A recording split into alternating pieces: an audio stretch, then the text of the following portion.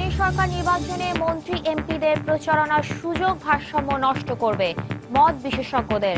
সমান সুযোগ নিশ্চিতে কাজ করার অঙ্গীকার কমিশনের। রাজধানীতে বাড়ি ভাড়া বাড়ানোর ক্ষেত্রে আইনি বিধিনিষেধ মানছেন না কেউই। আইন সংশোধন করে তা কার্যকরের তাগিদ সংশ্লিষ্টদের। বাম্পার ফলন আর আন্তর্জাতিক বাজারে মূল্য কমায় চট্টগ্রামে চালের দাম এখন সর্বনিম্ন। নতুন চাল আসলে দাম আরও কমবে মদ ব্যবসায়ীদের। টাঙ্গাইলে গণধর্ষণের শিকার এক গৃহবধূ, গ্রেফতার 2। অভিযুক্তদের দৃষ্টান্তমূলক শাস্তির দাবি এলাকাবাসীর। এবং হোয়াইট ওয়াশের মিশনের শেষ ওয়ানডেতে আজ জিম্বাবুয়ের মুখোমুখি হচ্ছে স্বাগতিক বাংলাদেশ।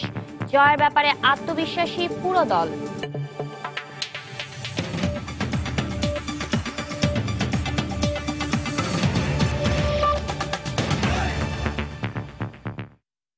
সময় সংবাদের সঙ্গে আছি আমি শাতিলা শর্মেন।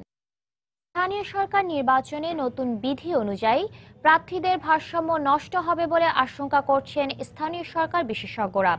নতুন বিধিতে নির্বাচনে মন্ত্রী এমপিদের প্রচারণার সুযোগ দেওয়ায় লেভেল প্লেইং ফিল্ড নিশ্চিত করা সম্ভব হবে না বলেও মনে করছেন তারা। তবে নতুন এই বিধি তৃণমূল পর্যায়ে দল গঠনে গুরুত্বপূর্ণ ভূমিকা রাখবে বলেও মত বিশেষজ্ঞদের। আর নির্বাচন কমিশন বলছে সব প্রার্থীরই সমান সুযোগ নিশ্চিত করতে বদ্ধপরিকর তারা। রাশেদ লিমনের রিপোর্ট। নির্দলীয় খোলস ছেড়ে বের হচ্ছে স্থানীয় সরকার নির্বাচন ব্যবস্থা। আসছে পৌরসভা নির্বাচন থেকে চালু হচ্ছে স্থানীয় সরকার নির্বাচনের নতুন এ পদ্ধতি। নির্বাচন পরিচালনা করতে এরই মধ্যে প্রয়োজনীয় বিধি ও আচরণবিধির খসড়া তৈরি করেছে কমিশন। অনেকটা সংসদ নির্বাচনের আদলে করা এই বিধি অনুসারে সরকারি সুযোগ সুবিধা ছাড়া মন্ত্রী এমপিরা অংশ নিতে পারবেন নির্বাচনী প্রচারণায়। তৃণমূল পর্যায়ে এমন নির্বাচনে এ ধরনের পরিস্থিতি নির্বাচনকে সরাসরি প্রভাবিত করবে বলে মনে করেন স্থানীয় সরকার বিশেষজ্ঞরা। একজন মন্ত্রী গিয়ে যদি কোনো প্রার্থীর পক্ষে প্রচারণা চালায়, এরা এইসব পক্ষপাতদুষ্ট ব্যক্তিরা এটাকে শিরোধার্য বলে মনে করে বলে আমার আশঙ্কা। এটা ভারসাম্য হারিয়ে ফেলবে, কারণ যেখানে মন্ত্রীরা যাবে ক্যাম্পেইনের জন্য, যতই বলা হয় যে সরকারি সুযোগ সুবিধা দেবে না, কিন্তু একজন মন্ত্রীকে তার তো মিনিমাম সিকিউরিটি দিতে হবে পুলিশকে। তবে এ ব্যাপারে কমিশন বলছে ভিন্ন কথা। এটি সরকার দলের তারা যেরকম করতে পারবেন, বিরোধী দলের তারাও করতে পারবেন। নির্বাচন কমিশনের দায়িত্ব লেভেল প্লেইং ফিল্ড তৈরি করে দেওয়া ডিউরিং ইলেকশন। তবে নতুন এই পদ্ধতি রাজনৈতিক দলগুলো তৃণমূল নেতৃত্ব বিকাশে সহায়ক হিসাবে কাজ করবে বলেও মনে করেন স্থানীয় সরকার বিশেষজ্ঞরা।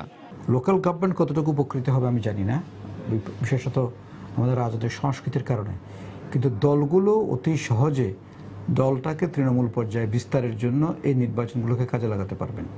তারা পার্টিটাকে সংগঠিত করতে পারবেন নিজ পর্যন্ত। তবে সত্যিকারের সুফল পেতে প্রার্থী বাছাইয়ের ক্ষেত্রে রাজনৈতিক দলগুলোকে অবশ্যই গণতান্ত্রিক প্রক্রিয়া অবলম্বন করা উচিত বলে মত বিশেষজ্ঞদের। রাশেদ লিমন, সময় সংবাদ, ঢাকা।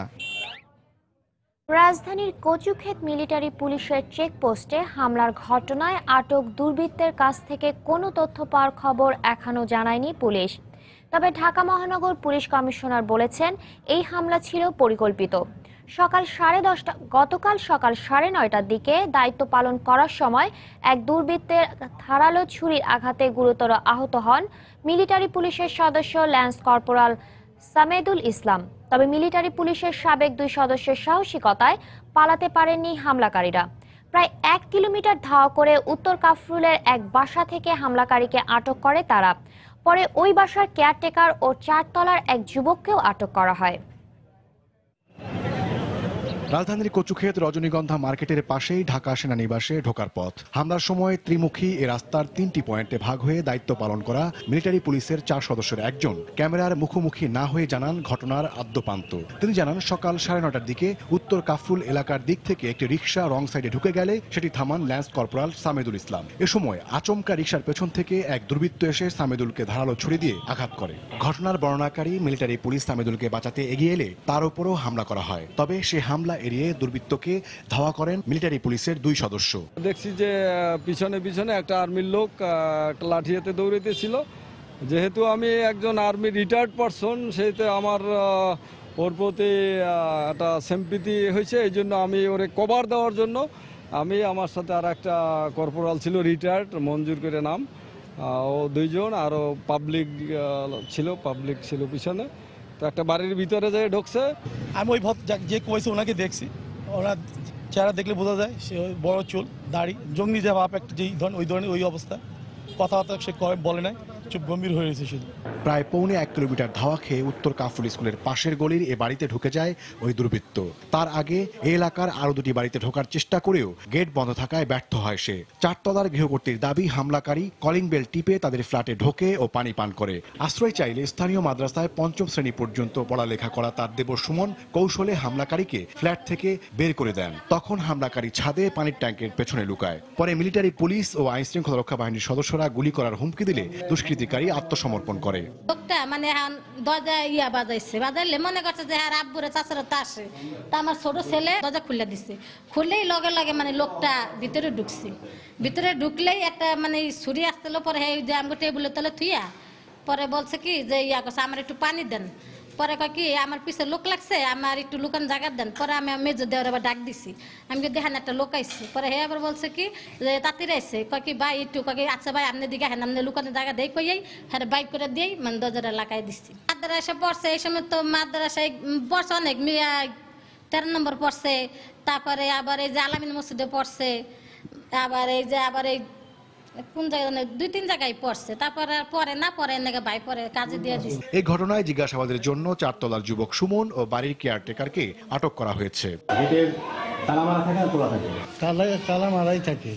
সেই ভাড়াটিয়ারা অনেক আছে, বাচ্চা টাচ্চা যাদের আছে হয়তো খুইলা বাইরে গেলে লাগাইল না, এইরকম মজা হয়, তাহলে সবসময় তালাইতে হয়তো। দুর্ধর্ষ এই হামলাকে পরিকল্পিত বলে মন্তব্য করেছেন ঢাকা মহানগর পুলিশের কমিশনার। যদি পরিকল্পিতভাবে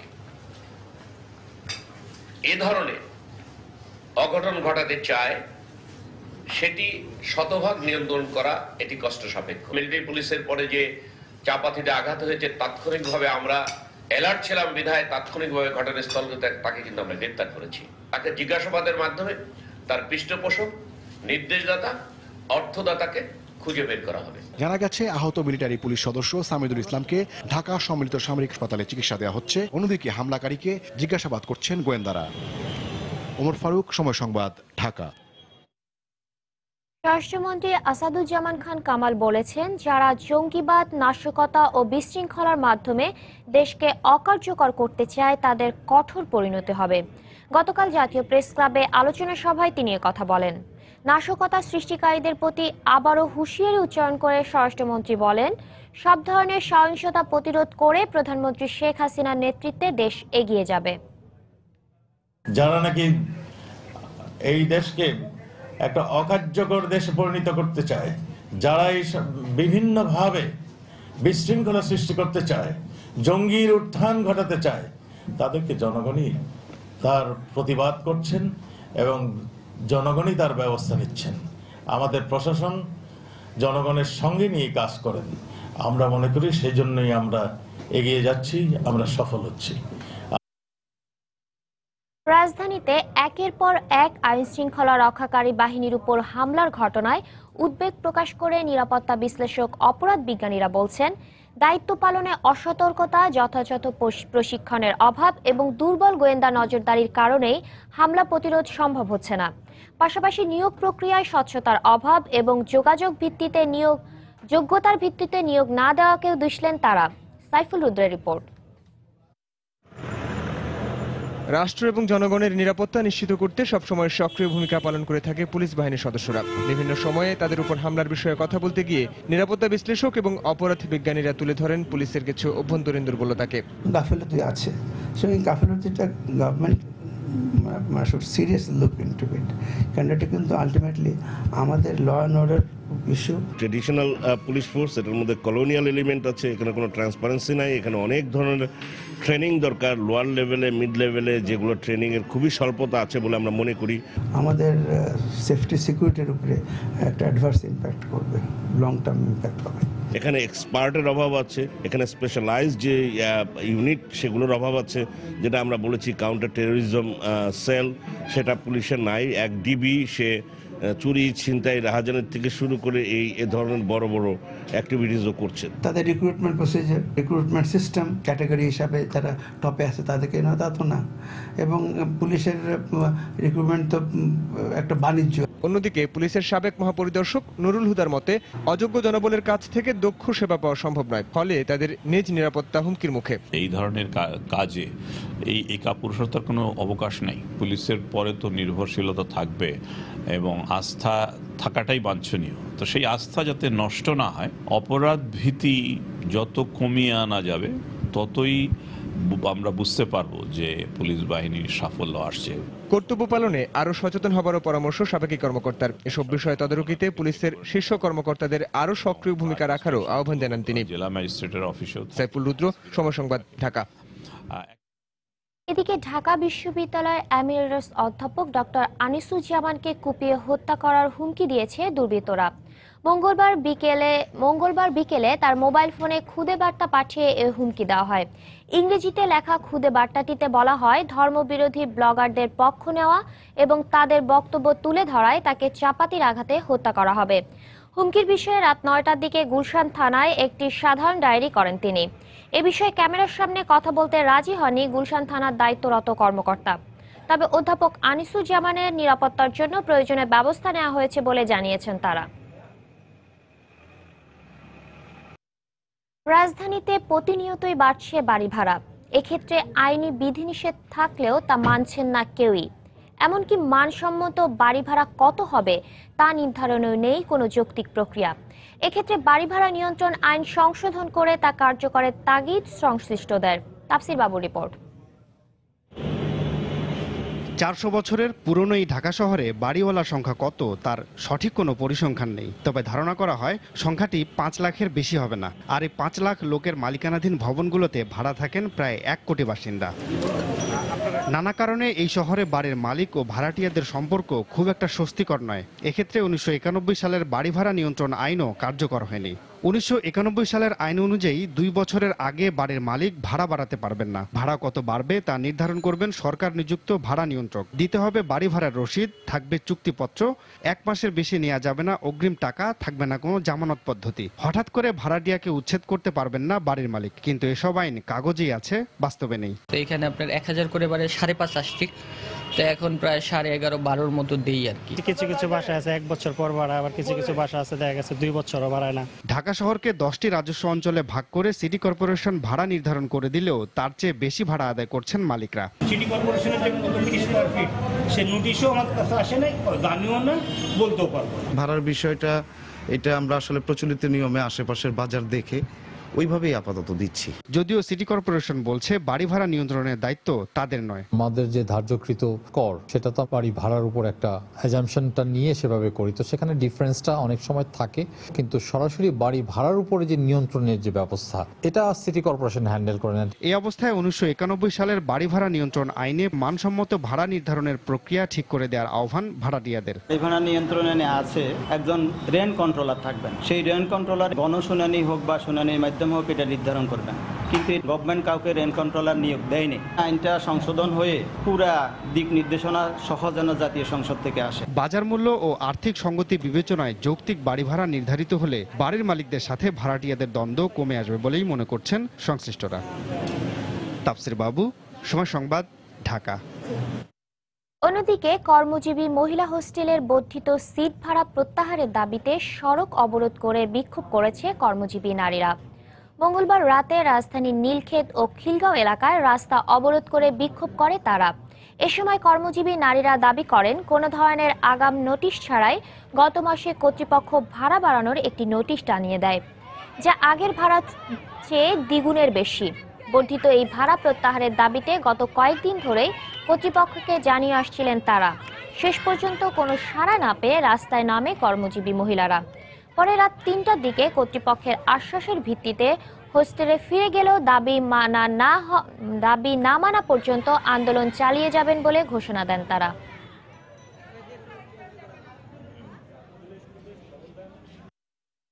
28 তারিখে সার্কুলার করে 1 তারিখের মধ্যে ভাড়া দিতে বলছে, যা আমাদের পক্ষে সম্ভব না। অন্তত 2-3 মাস আগে আমাদের যদি জানাতো যে কিছু বাড়াচ্ছি, তো আপনারা প্রিপারেশন নেন। সিট ভাড়াটা আমাদের মানে দ্বিগুণ বেড়েছে।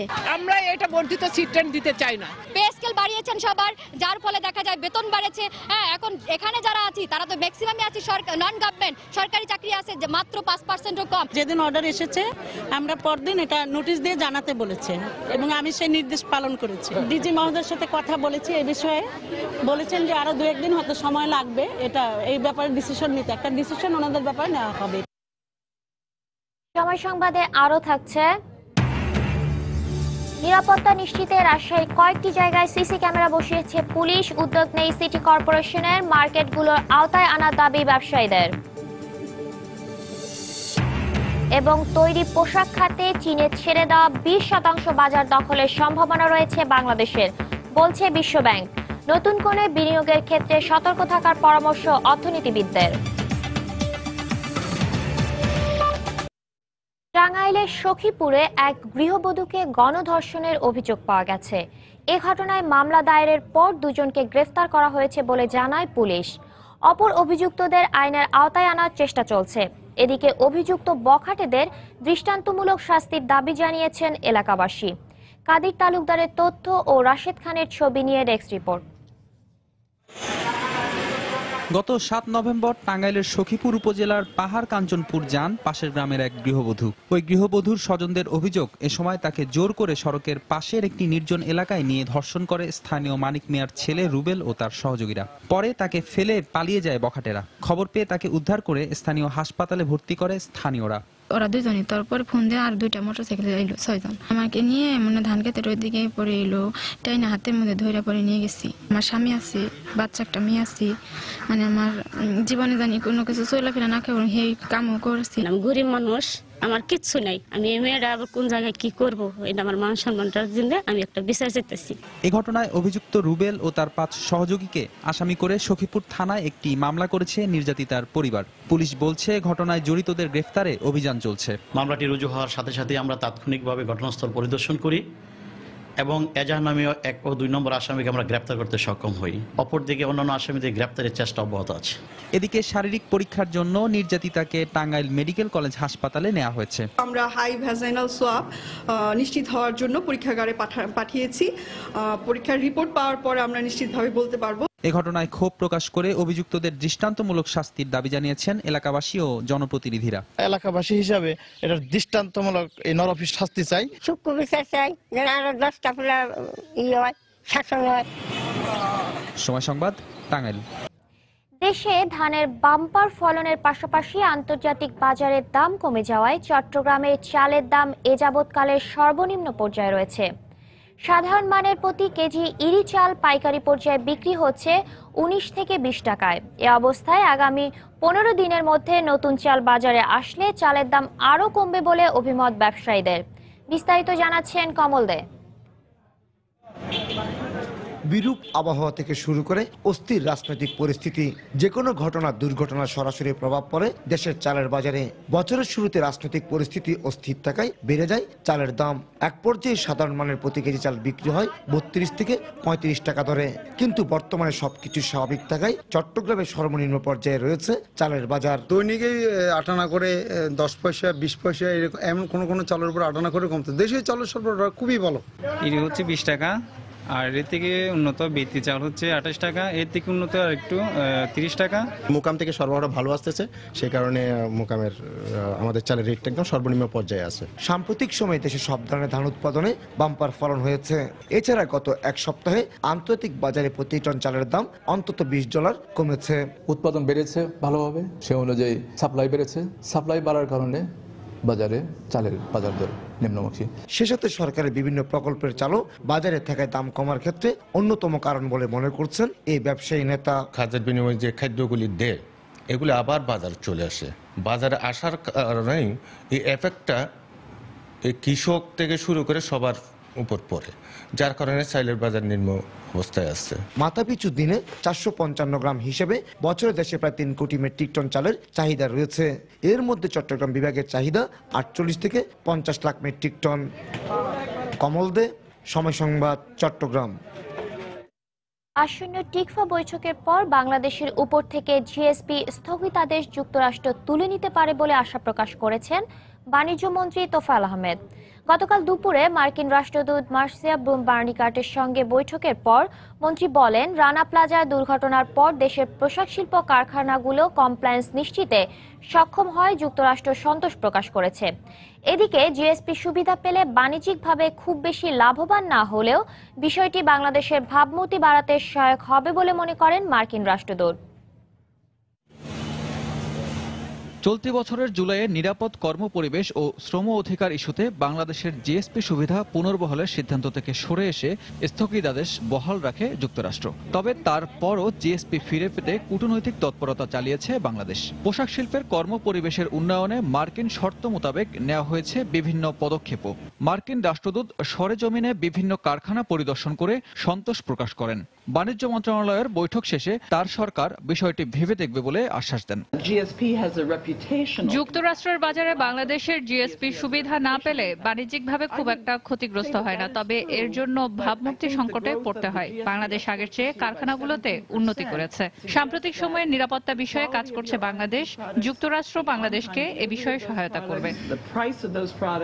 সাক্ষাতে নভেম্বরে ওয়াশিংটনে অনুষ্ঠিত হতে যাওয়া টিকফা বৈঠক এবং টিপিপি চুক্তিতে বাংলাদেশের অন্তর্ভুক্তি সহ বিভিন্ন বিষয়ে আলোচনা হয়। দুই দেশ সব বিষয়ে ঐক্যবদ্ধ হয়ে কাজ করবে বলে জানান বাণিজ্যমন্ত্রী।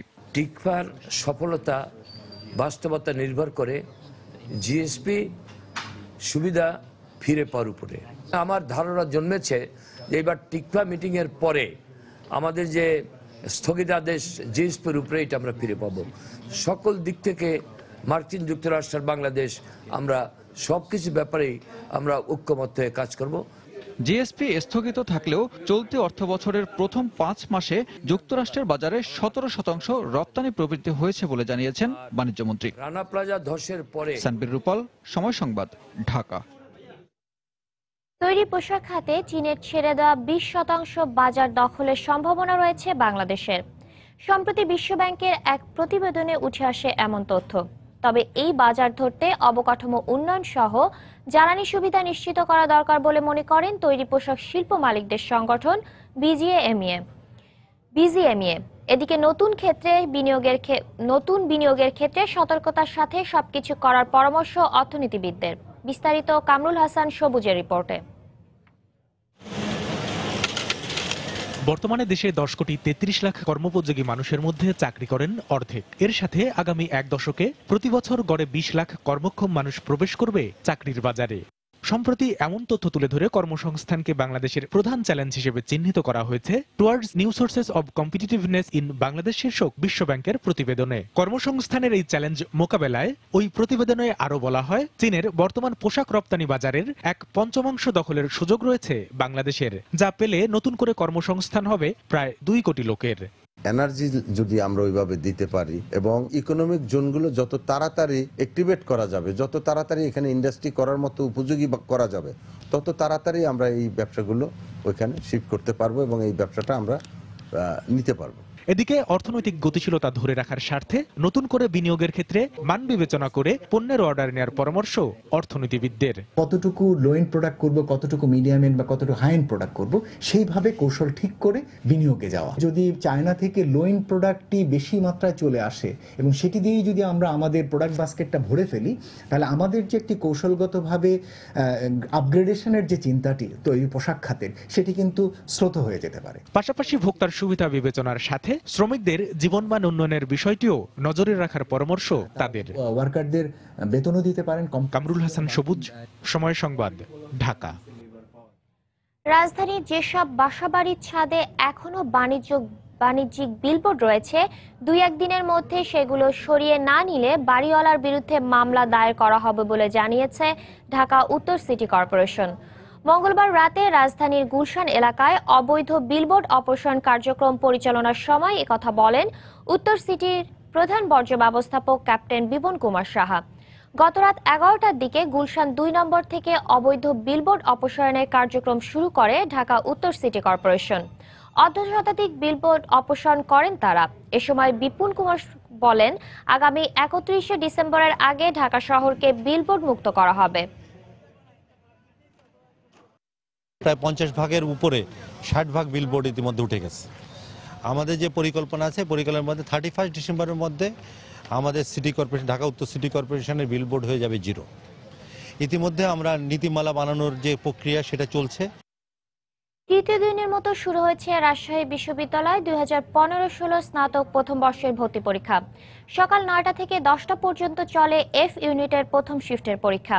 পরীক্ষাকে কেন্দ্র করে সকাল থেকে বিশ্ববিদ্যালয় ক্যাম্পাসে জড়ো হতে থাকেন পরীক্ষার্থী ও অভিভাবকরা। শুরুতেই এফ ইউনিটের বিজোড় রোল নম্বরের শিক্ষার্থীরা পরীক্ষায় অংশ নেন। এ সময় বিশ্ববিদ্যালয়ের উপাচার্য কেন্দ্রগুলো ঘুরে দেখেন। এরপর বেলা 11টা থেকে 12টা পর্যন্ত অনুষ্ঠিত হবে এইচ ইউনিটের জোড় রোল নম্বরের শিক্ষার্থীদের পরীক্ষা। এবছর প্রতিটি আসনের বিপরীতে প্রতিদ্বন্দ্বিতা করছেন 34 জন পরীক্ষার্থী। পরীক্ষা চলবে আগামীকাল 12 নভেম্বর পর্যন্ত। বিশ্ববিদ্যালয় কর্তৃপক্ষ জানায়, এবছর মোট 9 ইউনিটে 56টি বিভাগে আবেদন করার সুযোগ পেয়েছেন শিক্ষার্থীরা।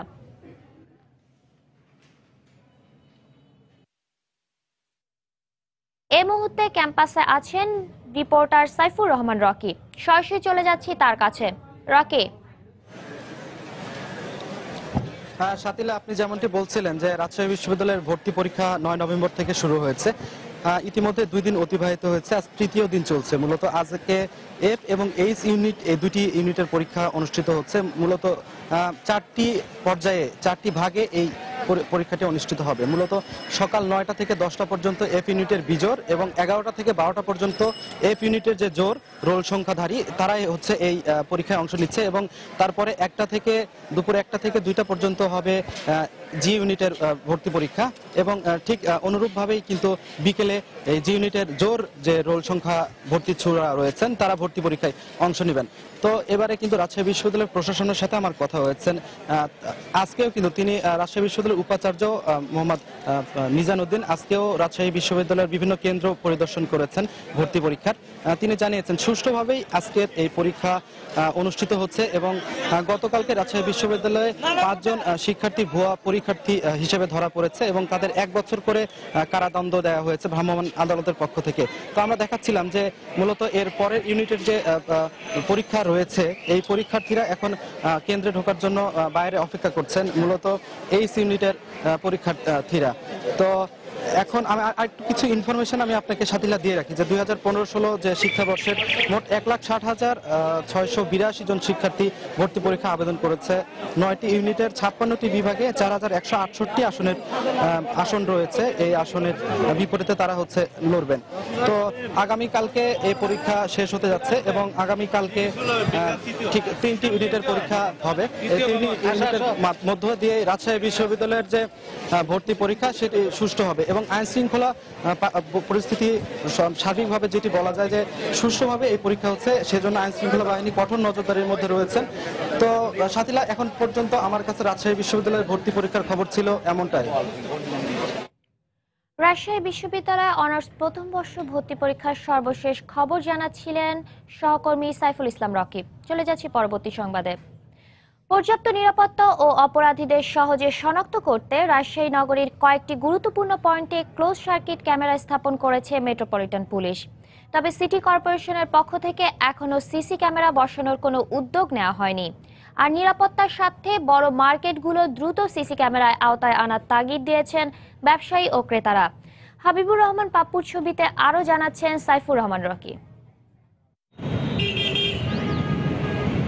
নিরাপত্তা ও অপরাধীকে শনাক্ত করতে রাজশাহী নগরীর গুরুত্বপূর্ণ পয়েন্টে মেট্রোপলিটন পুলিশ সাহেববাজার, সোনাদিঘির মোড়, লক্ষ্মীপুর, কামারুজ্জামান চত্বর ও শালবাগানে ক্লোজ সার্কিট ক্যামেরা স্থাপন করেছে। শীঘ্রই রাজশাহী বিশ্ববিদ্যালয়, তালাইমারি, ভদ্রাসহ নগরীর আরও 20টি পয়েন্টে ক্যামেরা বসানোর পরিকল্পনা নেওয়া হয়েছে বলে জানান আরএমপির এ শীর্ষ কর্মকর্তা। সিসিটিভি বসানোর ফলে অপরাধী শনাক্তকরণের জন্য এটা সহায়ক হয়। ইম্পর্টেন্ট আরও 16 থেকে 20টা জায়গায় সিসিটিভি বসানোর পরিকল্পনা আছে। অবশ্য সিসি ক্যামেরা স্থাপনে এখনো কোনো উদ্যোগ নেয়নি সিটি কর্পোরেশন। সিসি ক্যামেরা বসার ব্যাপারটি সরকারি পর্যায় থেকে বা এখানে আরএমপি পর্যায় থেকে যদি কোনো অনুরোধ করা হয় আমরা সেই বিষয়টিকে আমলে নেব। তবে নিউ মার্কেট ও আরডিএ মার্কেট সহ জনবহুল এলাকাগুলোতে নিরাপত্তার জন্য সিসি ক্যামেরা স্থাপন করা জরুরি বলে মনে করেন ক্রেতা ও ব্যবসায়ীরা। এত একটা বিশাল মার্কেটে এখানে একটা সিসি ক্যামেরা বসানো উচিত। ফুটেজ দেখে হ্যাঁ, সন্ত্রাসী বা হলো অপকর্ম যারা করবে তাদেরকে শনাক্ত করতে পারবে। এই সিসি ক্যামেরাগুলো বড় মার্কেটগুলো আছে এগুলোতে যদি দেওয়া হয় তাহলে আমরা অন্তত একটু নিরাপত্তা পাই। নগরীর 4টি পয়েন্টে আরএমপির ক্যামেরা বসাতে খরচ হয়েছে 10 লাখ টাকা। আরও 20টি পয়েন্টে ক্যামেরা বসাতে ব্যয় হবে প্রায় 1 কোটি টাকা। সাইফুর রহমান রকি, সময় সংবাদ, রাজশাহী। কুমিল্লার শিবনগর সরকারি প্রাথমিক বিদ্যালয়ের মূল ভবনটি ঝুঁকিপূর্ণ হওয়ায় খোলা আকাশের নিচে চলছে পাঠদান। স্কুল কর্তৃপক্ষ বলছে বিকল্প ব্যবস্থা না থাকায় বাধ্য হয়েই খোলা মাঠে চলছে পাঠদান কার্যক্রম। আর শিক্ষা কার্যক্রম ব্যাহত হওয়ায় শিক্ষার্থীদের উপস্থিতি কমছে। অবশ্য উপজেলা নির্বাহী কর্মকর্তা জানান, ভবন নির্মাণে শিক্ষা প্রকৌশল অধিদপ্তরের কাছে তালিকা পাঠানো হয়েছে। বাহের রাহানের পাঠানো তথ্য ও ছবি নিয়ে ডেস্ক রিপোর্ট। কুমিল্লার দেবিদ্বার উপজেলার শিবনগর সরকারি প্রাথমিক বিদ্যালয়টিতে একতলা 2টি ভবনে 5টি কক্ষ নিয়ে চলছিল ক্লাস ও লাইব্রেরির কার্যক্রম। এর মধ্যে 3 কক্ষের মূল ভবনটি দীর্ঘদিন ধরে ছিল ঝুঁকিপূর্ণ। এর মধ্যে গত 12 ভূমিকম্পে ভবনটির ছাদের চুনসুরকি খসে পড়ার সাথে সাথে বড় ধরনের ফাটল দেখা দেয় ভবনটিকে পরিত্যক্ত ঘোষণা করা হয়। ফলে পর্যাপ্ত শ্রেণীকক্ষের অভাবে খোলা আকাশের নিচে চলছে শিক্ষার্থীদের পাঠদান কার্যক্রম। আমাদের উপরে ইট ভেঙে ভেঙে পড়ে, তাই আমাদের বাইরে ক্লাস করতে হয়। রোদ আমাদের গায়ে এসে পড়ে, আমাদের খুব গরম লাগে। বৃষ্টি এলে পানি পড়ে এবং বালু পড়ে, ইট পড়ে। এই অবস্থায় শিক্ষকরা বলছেন ভবন সংকটে মারাত্মকভাবে ব্যাহত হচ্ছে শিক্ষা কার্যক্রম। দেয়াল এবং ছাদের আস্তর খসে খসে পড়ে, বাচ্চাদের অনেক সময় বাচ্চারাও ব্যথা পায়। খোলা মাঠের নিচে ক্লাস করাতে এখানে শিক্ষার্থীরা শিক্ষার প্রতি তাদের যে আগ্রহ এটা হারিয়ে ফেলে। অবশ্য সমস্যা সমাধানের চেষ্টা চলছে বলে জানালেন উপজেলা নির্বাহী কর্মকর্তা। জরাজীর্ণ স্কুলগুলোর তালিকা আমরা ইতিমধ্যে প্রেরণ করেছি ডিজি অফিসে এগুলো ভবনের জন্য। প্রাথমিকভাবে 15 থেকে 20টা স্কুলে ডেউটিন দিয়েছি 2 বান্ডেল করে। 1940 সালে প্রতিষ্ঠিত এই বিদ্যালয়টিতে বর্তমানে 4 শতাধিক শিক্ষার্থী পড়াশোনা করছে। সময় সংবাদ, কুমিল্লা। সব অন্যায় অসত্য দূর করে সবার জন্য শান্তি ও কল্যাণ কামনায় পালিত হলো শুভ দীপাবলি উৎসব। রাজধানীর রমনা আনন্দময়ী আশ্রমের সনাতন ধর্মাবলম্বীরা 1000 প্রদীপ জ্বালিয়ে এ উৎসব উদযাপন করেন। এছাড়া রাতে অনুষ্ঠিত হয় শ্যামা পূজা।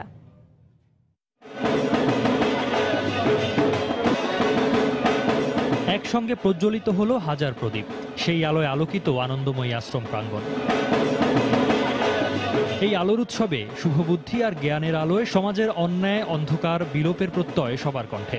খারাপটা মুছে যে ভালোকে যেন আমাদের জীবনে নিয়ে আসে, ওইটাই আমার প্রার্থনা।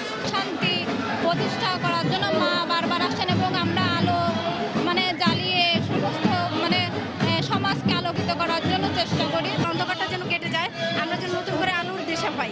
এই আলোতে মানুষের যে কুপ্রবৃত্তি, এই কুপ্রবৃত্তি নিরসন হয়ে সুদিকটি জেগে উঠবে। দেবীর মণ্ডপে চলে আরতি আর প্রার্থনা। যুগে যুগে অশুভ এবং অন্যায়ের সঙ্গে যুদ্ধে জয়ী হয়ে এসেছে ন্যায় এবং সত্য। আজকের এই প্রদীপ প্রজ্বলন সেই জয়েরই প্রতীকী উপস্থাপন। সন্ধ্যায় দীপাবলি আর রাতে শ্যামা পূজা ও পশু বলির মধ্য দিয়ে সনাতন ধর্মাবলম্বীরা স্রষ্টার কাছে ব্যক্তি ও পারিবারিক জীবনের পাশাপাশি দেশ ও জাতির কল্যাণ প্রার্থনা করে থাকেন। সৌমিত্র শুভ্র, সময় সংবাদ, ঢাকা। মাদারীপুরের কালকিনিতে শুরু হয়েছে 5 দিনব্যাপী ঐতিহ্যবাহী কুণ্ডবাড়ি মেলা। হিন্দু ধর্মাবলম্বীদের শ্যামা পূজা ও দীপাবলি উৎসবকে কেন্দ্র করে শুরু হওয়া এ মেলায় পাওয়া যাচ্ছে নিত্য প্রয়োজনীয় জিনিসপত্র।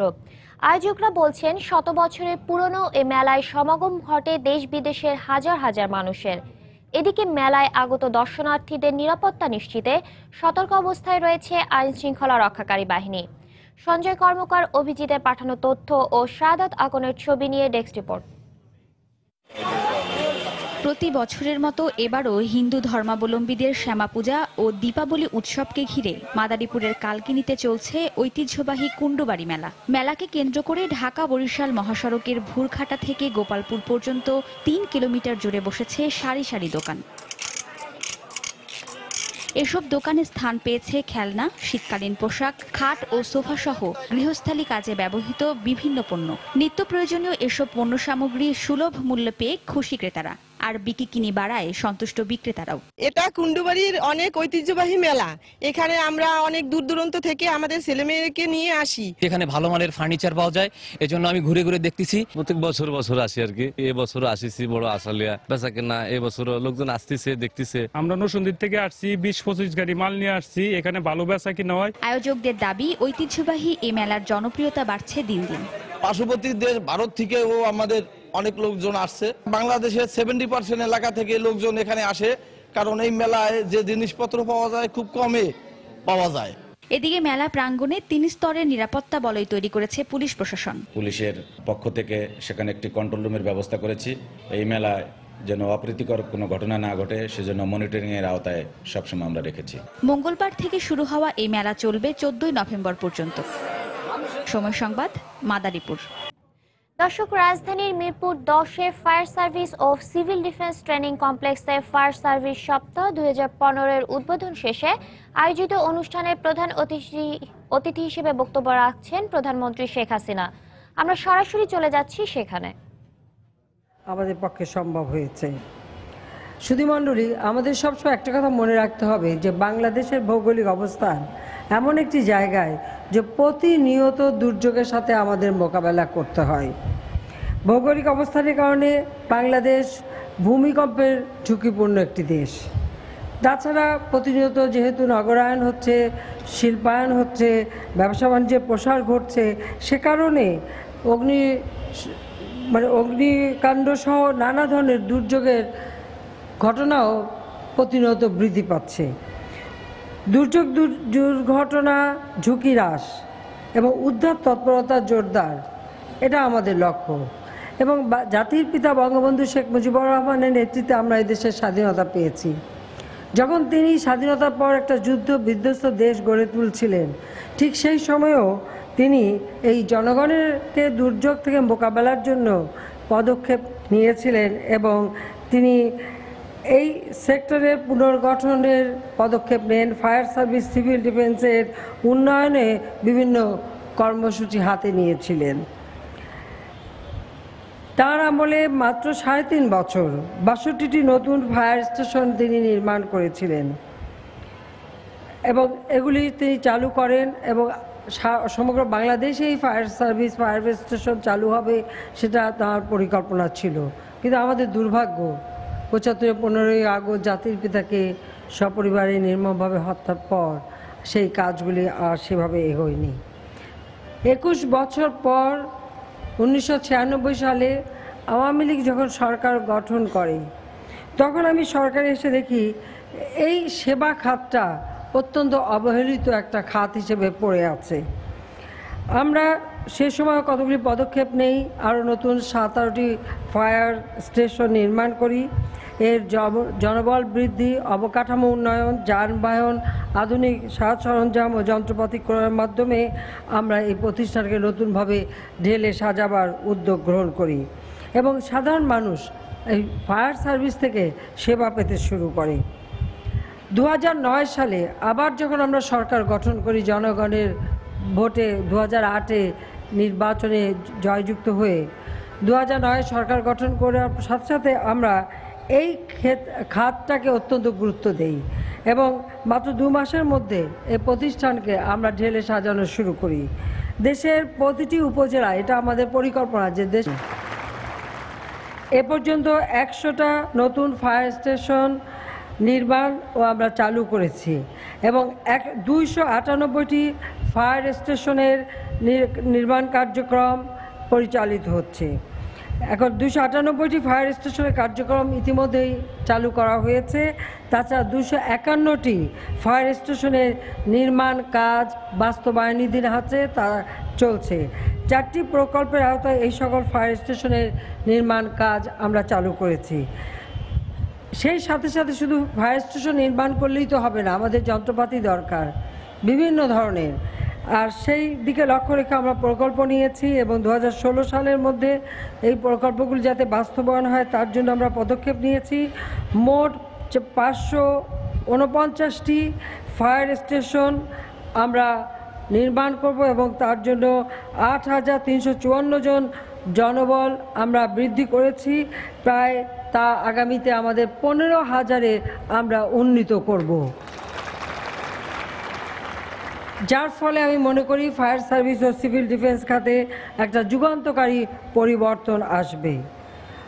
বহুতল ভবন নির্মাণ হচ্ছে, নির্মাণের অনুমোদন দেওয়া হয়েছে, কিন্তু সেখানে কিভাবে অগ্নি নির্বাপক হবে অথবা ভূমিধসে বা ভূমিকম্প হলে ক্ষতিগ্রস্ত হলে সেখানে কীভাবে মানুষকে উদ্ধার করবে সেই দিকে কিন্তু অতীতে কখনো লক্ষ্য করা হয়নি।